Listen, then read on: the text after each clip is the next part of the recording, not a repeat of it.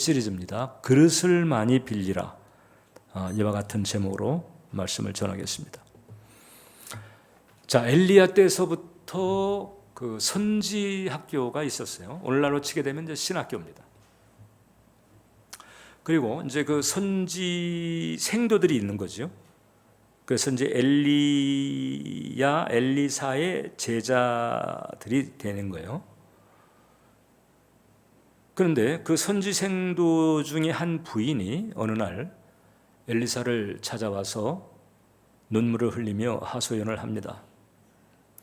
자, 여러분, 그 당시 아합과 이세벨이 설치던, 그 아합과 이세벨의 자식들이 설치던 그런 시대, 아주 깜깜한 우상 숭배의 시대였잖아요. 그때의 엘리야나 엘리사를 따르는 사람들이었다.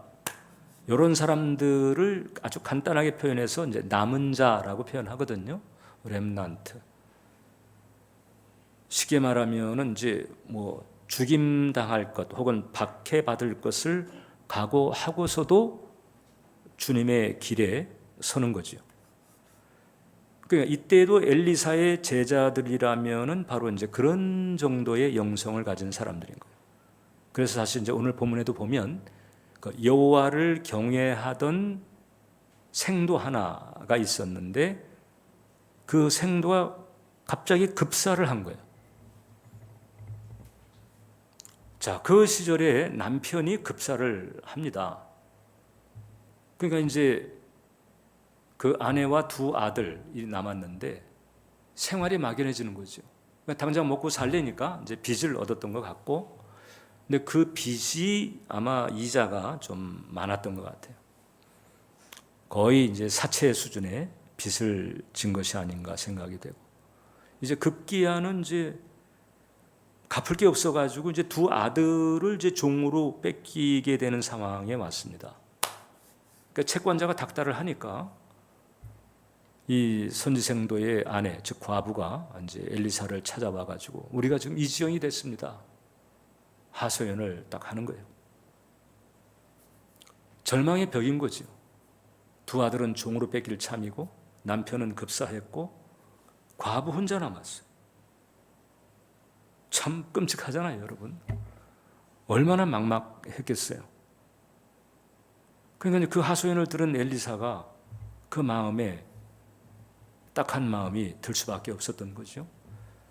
근데 이제 그 엘리사가 그 과부에게 질문을 던지게 됩니다. 엘리사의 질문. 어떤 질문이었을까? 너에게 있는 게 뭐냐? 이걸 물어요. 자, 캄캄한 절망의 벽입니다. 어떻게 대책이 없는 상황. 여러분들이 이제 그런 경험들을 하신 분이 살다 보면 이제 있을 수 있는데, 사방에 꽉 막힌 이런 상태. 근데 이제 이 여인은 일단은 좋은 코스를 잡은 거죠. 엘리사를 찾아온 거예요. 선지자를 찾아온 거예요. 선지자는 하나님의 뜻을 밝히는 사람이죠. 하나님의 뜻을 밝혀주는 사람에게 찾아왔다. 이게 이제 가장 필요한 코스이고 좋은 코스인 거예요. 이렇게 다가와서 하소연을 하게 되니까 엘리사가 질문합니다. 너에게 있는 게 뭐냐? 기름 한 그릇이 있나이다. 기름 한 그릇 가지고 그 다음에 이제 우리가 읽었잖아요. 그 다음에 이제 모든 그릇이 채워지는 기적들이 일어나고, 그 다음에 그 기름을 팔아다가 돈을 마련해서 빚을 갚고 남은 것으로 생활을 하는, 그 생활하는 게 모자르도록 그렇게 했을까요? 아니죠. 쓰고도 남을 만큼 그렇게 하셨을 것입니다. 그래서 기름 한 그릇으로부터 시작이 되는 거예요. 절망의 벽 앞에서 우리는 뭘 해야 될까? 이제 절망의 벽에 마주치게 되면 우리는 기도하잖아요. 그죠? 교회 다니는 사람 치고 기도하지 않는 사람이 어디 있겠어요? 그런데 오늘 엘리사가 우리에게 가르쳐 주는 게 있어요. 내게 있는 게 무엇인가 그걸 찾아보려고 하는 거죠. 그냥 하나님 죽겠어요, 하나님 힘들어요 이렇게만 하는 게 아니고 엘리사가 말하는 거, 너에게 있는 게 뭐냐 그걸 보라는. 내게 있는 것을 통해서 역사하시는 하나님, 내게 있는 것을 사용하시는 그런 하나님이신 거예요. 내게 있는 것을 사용하신다. 그래서 절망의 벽에 부딪혔을수록, 사방이 꽉 막혔을수록 우리가 해야 될 게 있는데, 그때 죽겠어요 이렇게 탄식만 하는 게 아니고 내게 있는 게 뭘까 이걸 봐야 됩니다. 그랬더니 이 여인은 기름 한 그릇이, 자 그거로부터 이제 기적이 일어나는 거잖아요. 자 그러면 우리들의 경우에서 사방이 꽉 막힌 절망적인 상황에서 내게 있는 것을 찾는다는 게 어떤 것일까? 간단합니다. 감사거리를 찾으면 돼요. 감사할 거리를 찾는 것이 마치 이때 이 여인이 기름 한 그릇을 내놓는 것과 같다. 이때 이 여인은 기름 한 그릇을 내놨잖아요. 오늘날 우리가 절망적인 상황에서 내게 있는 것을 찾으러 할 때 그럼 뭘 해야 되지? 감사거리를 찾는 거예요. 이젠 안 돼. 막막해. 이젠 뭐 내 힘으로는 이건 이제 끝났어. 자꾸 이렇게 안 되고 막막하고 이런 생각들을 물리치고 그걸 밀어내고 내게 있는 것 중에 감사할 만한 것들, 이것을 찾는 거예요. 그래서 감사의 마음으로 내게 있는 것, 이것을 가지고 이제 주님 앞에 감사하는 거죠. 그리고 또 그 감사의 마음을 가지고 내게 있는 것을 통해서 일어날 수 있는 것들을 기대하는 거예요. 이 본을 우리에게 잘 보여주시는 분이 예수님이십니다. 벳세다 광야에서 수많은 무리들, 남자만 5천 명이었으니까 노약자까지 합치게 되면 한 2만 명 정도 된다고 보는 거잖아요. 그런데 아무것도 없어. 먹을 것을 살 수 있는 가게도 없어요. 마침 어린아이 도시락으로 가져온 오병이요, 그걸 이제 갖다 드렸더니 예수님께서 그걸 가지고 축사하셨다고 그랬습니다. 축사, 하나님께 감사했던, 하나님께 감사한 다음에 그 다음에 이제 그것이 기적적으로 불어나는 놀라운 일들이 벌어지게 됐어요. 감사할 만한 것들, 건강도 있고요. 어떻든 움직이고 있다면은 움직일 수 있게끔 하다못해 교통비라도 있을 거 아니에요. 이슬 막고 이렇게 자는 것이 아니라면은 그럼 이슬을 막아줄 집이라도 있는 것이고, 뭔가 아무튼 생활하게 만들고 생존하게 만들고 이렇게 만드는 뭔가 있는 거잖아요. 감사해야 되는 거죠. 감사해야 되는 거예요. 그냥 절망적인 관점으로 다 보는 게 아니고 절망의 껍데기를 딱 벗겨내고, 그럼에도 불구하고 나로 하여금 누리게 만들고 나를 버티게 만들고 나를 살게 하고 있는 이런 것들을 주님 앞에 감사를 하는 거예요. 감사의 마음을 가져야 되는 거예요. 그 감사를 올려드리는 거예요. 이 감사로 올려드리는, 즉 감사로 제사를 드리는 그런 마음 가운데 이제 하나님께서는 실마리를 풀어주시는 것이다. 윌리엄 캐리, 1700년대, 1800년대 걸치는 분이죠. 이분은 구두수선을 배웠어요, 아버지한테. 그래서 이제 구두수선 일을 하는 중에 복음을 듣고 신자가 됐습니다. 신자가 된 다음에 그 마음속에 하나님을 향한 뜨거운 사랑이 계속 불타오르면서 이제 드디어는 아예 목회자의 길로 이제 가기까지 왔어요. 근데 마음속에 계속 떠오르는 뭔가가 있었어요. 마치 엘리사가 너에게 있는 게 뭐냐라고 할 때에 윌리엄 캐리 같은 경우에는 세계 선교입니다 이렇게 말했을 거예요. 그 당시에 아무도 이 세계 선교에 대해서 관심을 가지지 않았어요. 그 당시 지금 윌리엄 캐리보다도 한 세기 앞서서 세계 선교에 관심을 가지고 있었던 사람이 소위 진첸도르프 백작, 모라비안 교도들. 그래서 평신도 선교가 윌리엄 캐리보다도 한 세기 앞서서 펼쳐졌었죠. 근데 그들 외에는 보통 이 주류 기독교 사회에서는 세계 선교는 생각을 안 했습니다. 뭐 아프리카에 선교사를 보낸다, 뭐 아메리카 대륙에 선교사를 보낸다, 아시아에 선교사를 보낸다. 아예 선교사의 시읒자도 개념이 없었던 그 시대. 그때 윌리엄 캐리가 이 지도, 세계 지도를 그리고 그 다음에 복음이 전해지지 않는 그런 곳에 가서 복음을 전해야 되지 않느냐 하는 이런 열정이 계속 불타오르고 있는 거예요. 근데 출신은 구두수선공이에요. 뭐 배경이 좋은 것도 아니고 많이 배운 것도 아니고, 그러나 마음속에 그런 열정이 있었어요. 누가 뒤집어 봐도 뭐 그냥 세상적으로 소위 스펙이라고 하는 차원에서 내놓을 것이 별로 없었지만은, 그러나 그 마음속에는 그런 열정이 있었다는 거예요. 열정이. 주님께서 보셨을 때 그 열정이 있구나. 그걸 하나님께서 쓰시는 거잖아요.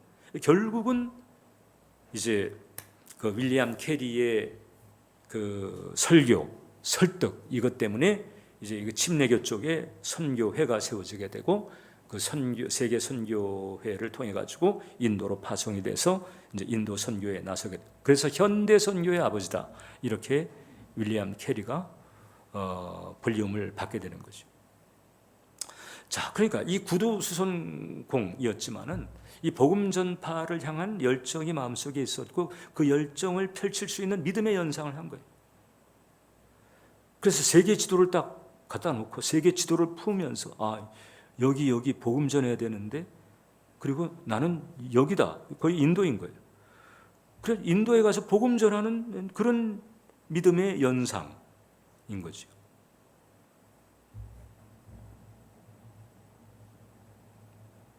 회방이나 장애물이 많았지만 결국은 돌파했고, 그리고 성과를 이뤄냈습니다. 내게 있는 것, 내게 주신 그게 재능일 수도 있어요. 내 형편이 어려워도 재능은 내 안에 있는 거잖아요.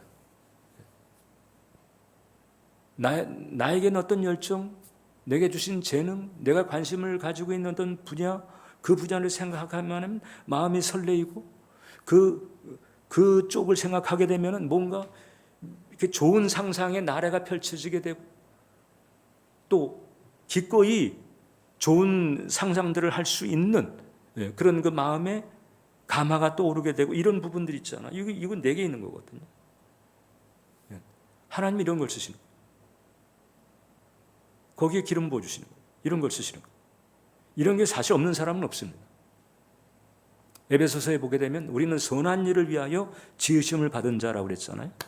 그리스도 안에 있는 사람은 하나님의 선한 일을 위하여 부르심을 받은 자인데, 그 선한 일을 하려면 그 선한 일을 할 만한 거기에 적성, 달란트, 은사가 필요한 거죠. 그걸 다 부어주신 거예요. 저에게는 이제 이 목회 쪽으로, 또 각자에게, 우리 김병리 집사님에게는 또 이 음악적인 재능,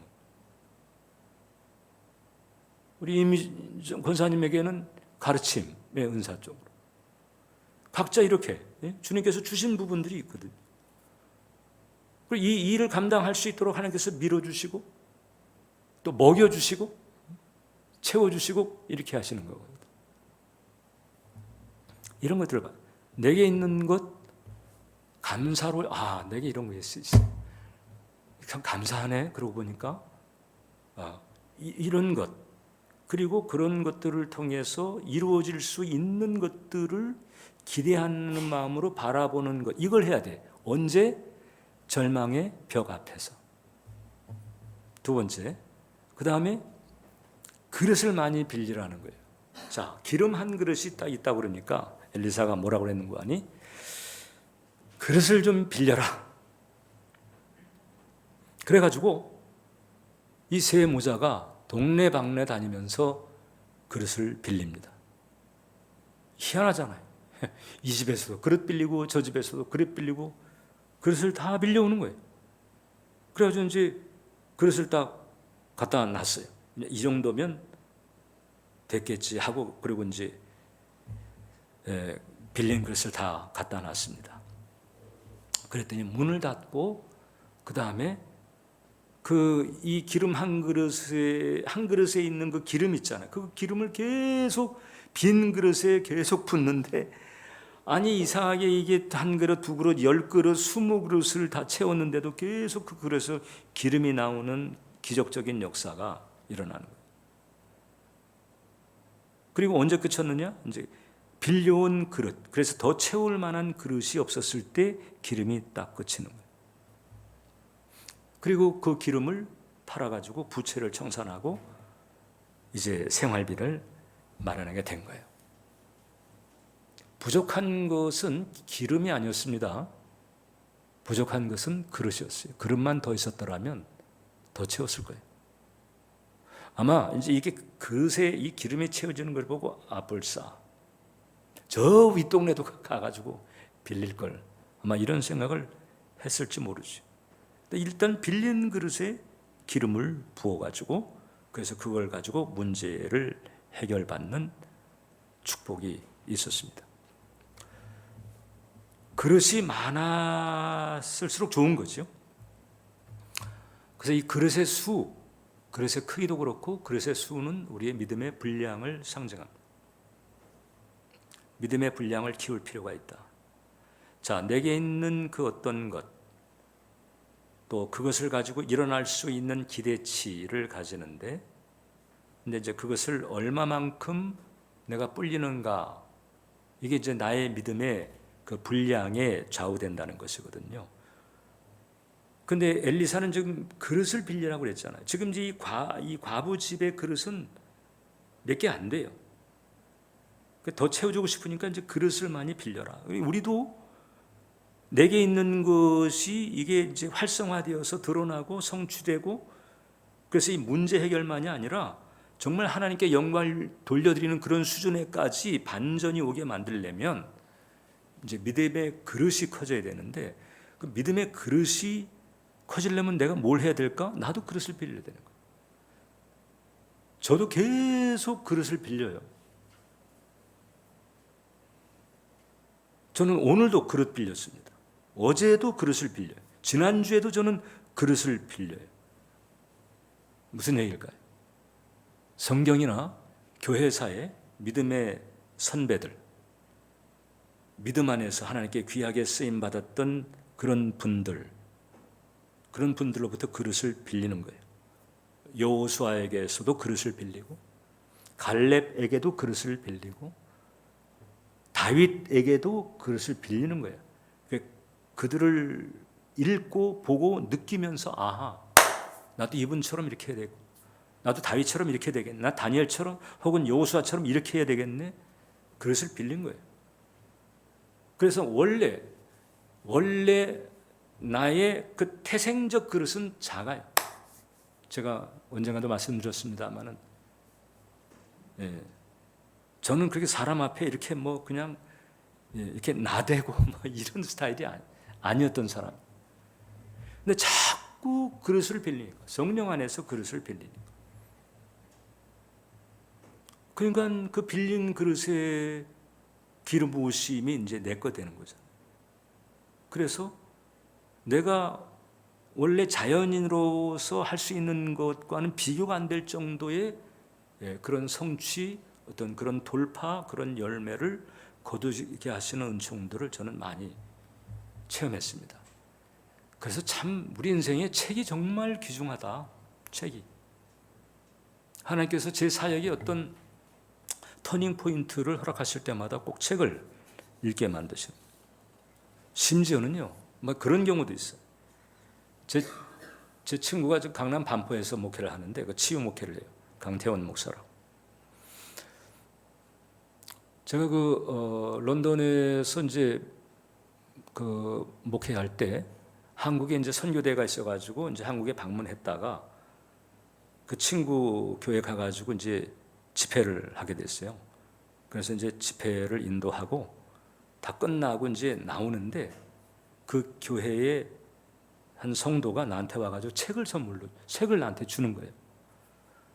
이 책을 주면서 뭐라는 거 하니, 목사님, 이거 오늘 제가 읽으려고 산 책인데 예배 드리는 중에 자꾸 주님이 이 책을 저 강사한테 주거라, 강사한테 주거라, 이런 마음이 자꾸 올라와서 그래서 제가 이 책을 드립니다. 이 책을 꼭 읽어보세요. 그래서 그때는 예 그러고 감사합니다 그러고 이제 받았어요.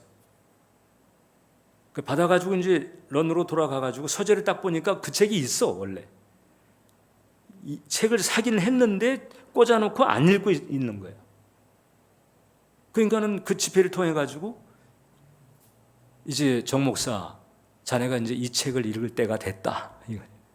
이 책을 벌써 읽어야 되는데 안 읽고 계속 있으니까 이제 다른 사람을 통해 가지고 그 책을 읽게 만들어. 그게 이제 그 책이 뭔지 궁금하지요. 네.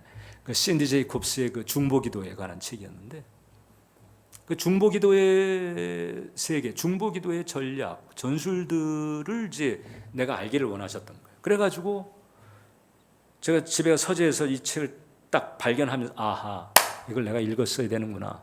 이래가지고 이제 그 책을 또 파고들.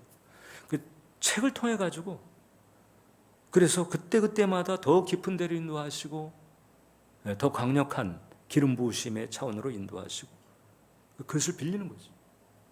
네. 자, 그러니까 우리가 이 아이들이 위인전 읽히는 게 그 참 큰 유익이 있는 거거든요. 벌써 이게 배포가 커지고 꿈이 커지고 이걸 뭘 하는 게 좋은지 뭘 하는 게 안 좋은지 이런 분별이 생기는 거란 말이죠. 근데 이 그릇 중에 가장 좋은 그릇이 하나님의 그릇이잖아요. 그죠? 네. 사람 그릇보다 하나님의 그릇, 이 성경이 담고 있는 내용들, 성경의 그릇을 내 그릇으로 하는 거예요. 성경에 등장하는 그 믿음의 위인들, 믿음의 선배들, 그 그릇을 내가 빌리는 거예요. 이걸 내 거로 만들려고 하는 거죠. 거기 기름 부으심이, 그들에게 임했던 그 기름 부으심이 그 그릇을 통해서 나에게도 임하는 거죠. 네. 그 기왕이면 그릇을 많이 빌리는 게 좋은 거잖아요. 네, 그릇 빌리는 것을 중지하면 안 돼요. 그릇 빌리는 것을 그치면은 손해입니다. 지금 이 집에 보세요. 그릇이 그냥 계속 있더라면 계속 더 많이 채워졌을 거잖아요. 그럼 생활비가 더 늘어나게 되겠죠. 부채요, 어차피 갚으면 끝인데 나머지가 많을수록 생활비가 더 많아지게 되는 거죠. 그러니까 우리가 그릇 빌리는 일을 소홀히 해서는 안 되겠다. 끊임없이 이 좋은 그릇을 자꾸 빌려야 되는 거예요. 그것을 내 것으로 만들려고 하는 거예요. 그러면 그들에게 부어졌던 기름 부으심이 내게도 전이가 되는 거지. 어려운 것일수록 도전할 만한 가치가 있죠. 어려운 것은 그만큼 결과도 좋다는 거거든요. 엘리야가 엘리사에게 이제 네가 뭘 원하냐 물어봤을 때 엘리사가 갑절의 능력을 구한다고 그랬잖아요. 그때 엘리야가 뭐라고 하냐면 네가 어려운 일을 구하는도다. 그거 만만치 않은데 그걸 구해? 갑절의 능력? 근데 그걸 이제 구하고 계속 엘리야의 그릇에 착 달라붙어 가지고 그 그릇을 그냥 가져간 거나 다름이 없잖아요. 그랬더니 그 어려운 일이 그에게 열려지는 거예요. 준비만 되면 주시는 거예요. 그릇을 빌리시기를 바랍니다. 그 다음에 마지막에 오늘 이제 이 사건을 통해서 우리가 알 수 있는 게 하나님에게는 대책이 있다. 모든 상황 속에서 하나님께는 대책이 있다. 자, 선지자를 찾아갔고 4장 1절에 보니까 엘리사에게 부르짖었다. 엘리사에게 부르짖었다. 부르짖는다라고 하는 거 속에서 하고 막 그냥 끓어오르듯한 그런 그 애달픔이 있고 애통함이 있고 듣는 사람으로 하여금 아무튼 뭔가 이게 안 하면은 안 될 것 같은 느낌을 가지게 만드는 그 불의한 재판관의 비유 있잖아요. 불의한 재판관조차도 아이고 이거 뭐 내가 가만 있을 수가 없네 이렇게 만드는 이게 부르짖음이거든요. 절망의 벽 앞에서 그런 부르짖음이 있어야 되는 거죠. 그리고 기도에도 강도가 있는 거잖아요. 감기에는 감기약 먹으면 돼요. 그건 폐렴에 감기약 먹으면 안 되잖아요. 폐렴에는 폐렴약을 먹어야죠. 요 정도에는 요 정도 문제는 요 정도 선에서, 그러나 이 정도의 문제라고 한다면 그럼 이 정도의 강도가 필요한 거예요. 이 부르짖음이에요. 특히 절망의 바닥일수록 그런 거잖아요. 시편 50편 15절을 보면 환난 날에 나를 부르라 내가 너를 건지리니 내가 나를 영화롭게 하리라. 환난 날에 부르라는 건데 부르짖으라. 하나님은 대책이 있어가지고 모든 상황 속에서 하나님이 해결해 주시잖아요. 예수님이 이 땅에 오셔가지고 맞닥뜨린 영혼들 가운데서 야 이거는 좀 나도 어려운데 이런 게 있나요? 없어요. 모두가 윈윈할 수 있는 모두에게 만족스러운 그런 해법이 열려지게 됐던 거거든요. 하나님에게는 대책이 있고 하나님은 해결해 주신다. 자, 그러니까 이제 이 과부가 했던 것처럼 선지자를 찾는 거예요. 하나님의 처방을 줄 수 있는 그 선지자를 찾는 거죠. 그게 담임 목사처럼 영적인 리더십일 수도 있고, 아니면 성경 말씀을 보면서 그 성경의 그릇인 거죠. 그 그릇 안에서 레마의 은총을 챙길 수도 있고, 세미한 음성을 챙길 수도 있고, 성령의 감화를 챙길 수도 있고, 이런 은혜들, 이런 은혜들을 통해 가지고 그래서 여러분들의 그 마음이 이제 하나님과 코드가 맞춰지는 이런 상태, 하나님과 더불어 이 파장이 공명하는 이런 상태, 이게 중요한 거죠. 지금 이 선지생도의 그 안에는 바로 그와 같은 길을 갔던 거예요. 그래서 하나님과 코드를 맞추고, 여러분 신앙의 차원에서, 영성의 차원에서 하나님과 코드를 맞추고 하나님과 같은 공명의 파장을 맞추는 이 일을 위해서 엘리사는 뭘 명령했는가 하니 문을 닫고 기름을 부어라. 문을 열면 어떻게 될까요? 무슨 일이야? 그릇을 왜 빌렸어? 그릇 빌린 사람들의 집주인마다 다 찾아와가지고 뭔데 무슨 일이야? 왜 그릇을 이렇게 많이 빌리는 거야? 뭐야? 이러면서 그냥 웅성웅성거리기도 하고, 그 다음에 거기서 뭘 하는 걸 보고 저건 뭐 하는 거지? 아이고 어려워지더니 세상에 이상해졌네. 온갖 종류의 이런 안 좋은 파장들이 일어날 수 있는 거잖아요. 그죠? 불신앙의 파장들, 염려, 근심, 혹은 비난, 조롱, 이런 안 좋은 파장들이 끓을 수 있는 거잖아요. 문을 닫아라는, 문을 딱 닫고 오직 하나님만 바라보고 기름 부어라 하는 거거든요. 이때 기적이 일어나요. 그래서 우리는 마음의 문을 바깥을 향해서 닫아야 된다. 안 좋은 파장, 안 좋은 소리들, 이런 것들을 향해서는 닫아야 돼. 닫고, 문을 닫고. 근데 문을 안 닫아버리면 이게 기름 붓는 작업 자체가 지장을 받아요. 그래서 이 그릇도 빌리고 이렇게 했는데 문을 안 닫은 통에, 그래서 기름 채우는 데에 지장 받고 있는 분들이 있을 수도 있다니까. 이 중에는 그릇 빌리는 여기 대까지는 어떻게 은혜로 알게 됐는데 그 다음 진도가 안 나가. 왜? 문을 안 닫아서 계속 여러 가지 안 좋은 파장들, 안 좋은 코드들이 계속 그냥 설치게끔 이렇게 하지 말란 말이죠. 하나님은 살아계시고 하나님에게는 대책이 있다. 하나님 시키는 대로 가는 거죠. 엘리사가 오늘 우리에게 그것을 가르쳐 주는 것입니다. 기도하겠습니다. 살아계신 주님, 엘리사를 통해서 그릇을 빌린다고 하는 것이 뭔고, 그리고 그릇을 왜 빌려야 하는가, 그리고 그릇을 빌렸을 때 무슨 일이 일어나는가를 나누었습니다. 오늘 기도자 한 영혼 한 영혼 붙들어 주셔서 이렇듯 이제 내게 있는 것을 찾고 내게 있는 것의 기대치를 바라보는 마음, 감사하는 마음으로 이제 그릇을 많이 빌려서 모든 상황 속에서 해법을 찾고 축복의 길, 승리의 길로 나아갈 수 있도록 인도해 주시옵소서. 예수님 이름으로 기도합니다. 아멘. 자.